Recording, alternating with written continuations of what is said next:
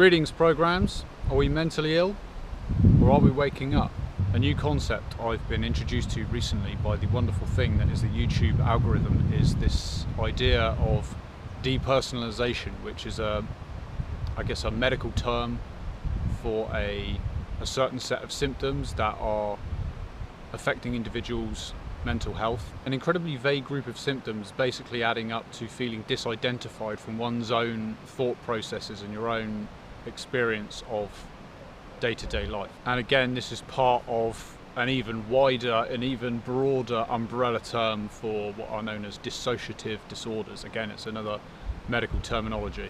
People love to label things because once you have a label, now you don't just say, oh, I'm feeling a little bit out of sorts. Now you can say, I have X, whatever X may be. Attention deficit disorder is a classic example of this. Another one you may have heard medical people using is on the spectrum. And myself, I've specifically heard this in reference to autism. The important thing to take away from this is it's not like an on-off switch. You're not like healthy and then something happens and now you have autism or whatever the condition is. It's like a sliding scale from quote-unquote normal, this is the point I'm getting to here, all the way to you have this condition. But it's not like there is a black and white. There is a gradual intensification of symptoms until we reach this point where we've got to a point now where it's extreme enough that we can label this person with condition X, whatever it may be. I've never been diagnosed with any mental health condition. I'm not interested in going to see a professional. I'm not interested in getting a label for the experience I'm having. It would detract from the experience itself, I think, because then I would fall into that category of someone who would then say, oh yes, I've got X, I've got Y, whatever condition. It's a conscious choice not to go down that route. I'd rather just be a human being having an experience of one type or another. Since my awakening began in earnest 7 years ago in 2012, I've been in and out of more physical and mental disorders than I care to count. I've watched symptoms appear in my body. I have not gone to the doctor to get them diagnosed. Thus, I have not had topical treatments. The one condition that has been a big deal, or was a big deal initially, the thing that really kick-started my response when I took responsibility was what they called psoriasis, an autoimmune condition that affects the skin. It has pushed me to go to these places, and I've obviously had to make that connection with the mental side of things and even the spiritual side of things. It's been a journey to places that you just wouldn't go if all you did was treat it like a physical illness and just treat the symptoms. How have I experienced this? Through the act of splitting oneself into fragments so that self, what you previously thought of as self at least, can be experienced as the other. This, in my experience, has been an integral part of waking up from the dream. The word person comes from the old Latin word persona, meaning mask or character. And so depersonalization then is removal of the mask, disidentification from the false identity grafted onto us at birth, in favour of a blank space into which the sensation of the eternal, transcendental, true identity can begin to flow. For me, the truly uncomfortable part of the journey began with expressing the new ideas I was experimenting with on social media and dealing with the inevitable negative feedback from the collective. This is the outward manifestation of one's own doubts and misgivings about the new information being assimilated. Projecting these feelings outward is the mechanism by which we experience self as other. As I've journeyed deeper within myself, so the others have gone from being just anonymous strangers to including first acquaintances, then friends, and ultimately to family members. This is a painful process, but it has been integral to thoroughly shaking up my belief in the illusion of everything I used to consider real, both within and without. It's not a conscious decision to undergo this process, and so arguably you could think of it as a disorder of some kind. However, once you know that the awakening process, in fact everything we can experience, is entirely consensual, not to mention for our highest benefit, you have to conclude that you agreed to undergo this process before beginning this incarnation. So going back to the mental side of things, what do the experts suggest for something like depersonalization? treatments, therapy, suppress or somehow manage the symptoms until the individual in question can resume the life that they were living before this condition arose. The fragmentation of the ego identity, which otherwise would lead to realization of the true self, has been cut short. So a friend of mine, I say friend because we're so similar in so many ways, really we're online acquaintances. He's been telling me a little bit about his story, and obviously he follows me on YouTube, he knows a bit about my story. He said to me recently that he was doing some DIY at home, he was just doing some decorating, and then all of a sudden he put down his paintbrush, he stood up, and he walked out and he got in his car and he just started driving. And he had, I don't know if he used the word suicide, and I don't know if he used the word depressed or depression, but he was having, he is occasionally having some pretty dark thoughts, and sometimes he's told me about this. He is going through some kind of awakening as far as I'm concerned, and you know, the reason he has been put in contact with a YouTuber like myself, someone who's sharing this similar message, is because I'm just that little bit, I'm just that another step down the line. It was his daughter, it wasn't his wife who was concerned enough to phone him. I mean, presumably the wife was concerned, but he doesn't have a great relationship with his wife, this is the thing. But his young daughter phoned him and said, you know, Daddy, will you come home? And he turned the car around and he went back. And I guess at this point his wife gets involved, and he told me that he's now going to therapy, he's going to see a therapist, and he's taking some kind of pills, some kind of drugs, which is exactly how the system treats this kind of thing. It's like they're not looking at, they can't, they're unable. It's not a failing of the system, it's just what it is. This is just what medicine is. They're not able to look at the whole thing in context. You know, everything he's experienced in his entire life, and things before you come into this life, have led up to this point in time. You know, all the system is doing is looking at it and saying, right, we need to suppress what he's feeling so that he can go back to how he was the moment before he put that paintbrush down. Do you know what I mean? They just want to get him back to the way he was before. I don't want to say the life, but the way he was before, so that he can carry on with that. And what I've told him is, I mean, I'm not saying don't go to the counsellors, don't take the drugs. If you find that helps to give yourself a little bit of space, then do that. For me, I've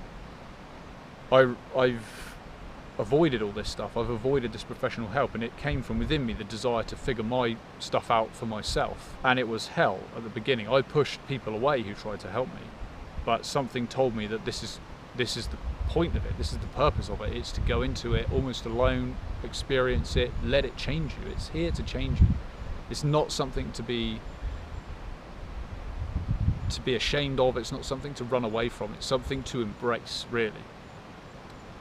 And the thing is, it would never come this suddenly if we weren't suppressing it our whole lives. So it's a process. It begins when you acknowledge that it's a process, that it's something you can't just go into it and then suppress it and go back.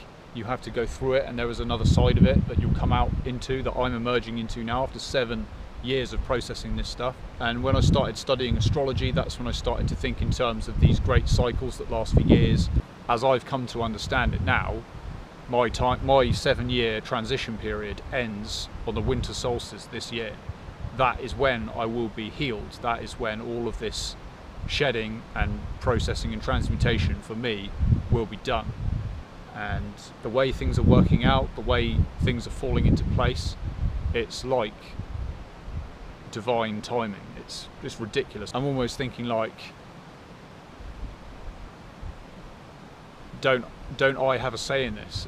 But the best thing I could possibly hope for, the best thing I could possibly do with my life, is to just go with the process. So I don't know, I just wanted to share that, because I'm saying, like, when you go into this process, it's so chaotic and it's so frightening. All you want to do is go back. How can I go back to how it was before? How can I get back to normality?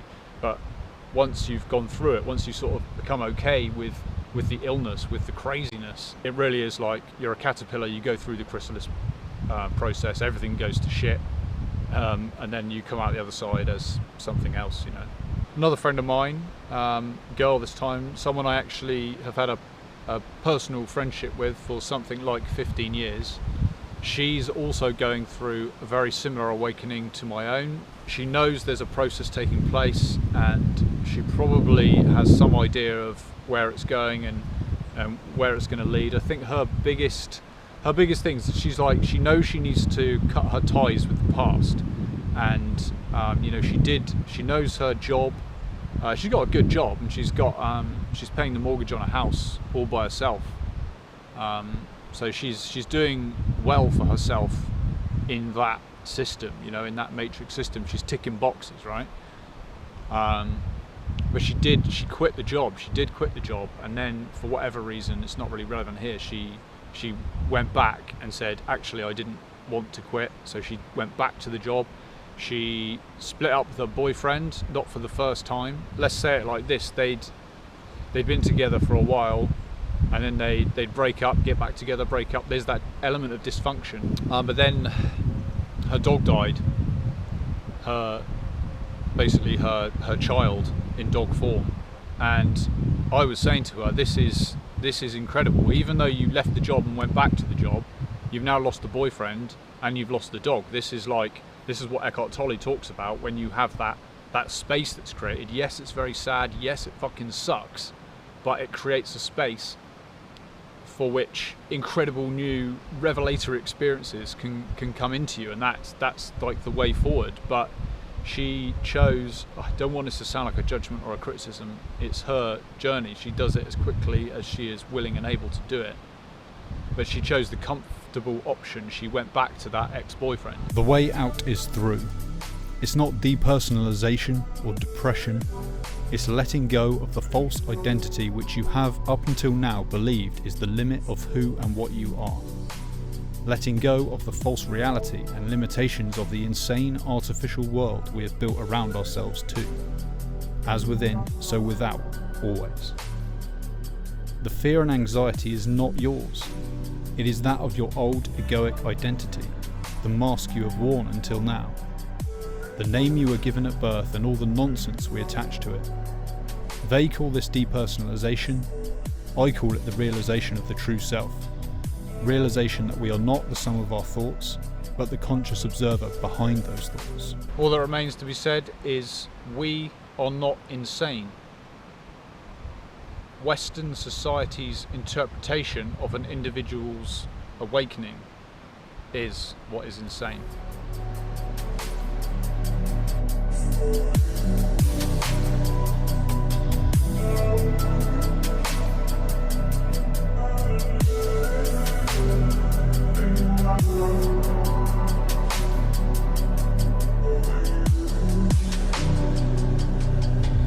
Only everything conspires to prevent you from seeing that obvious thing.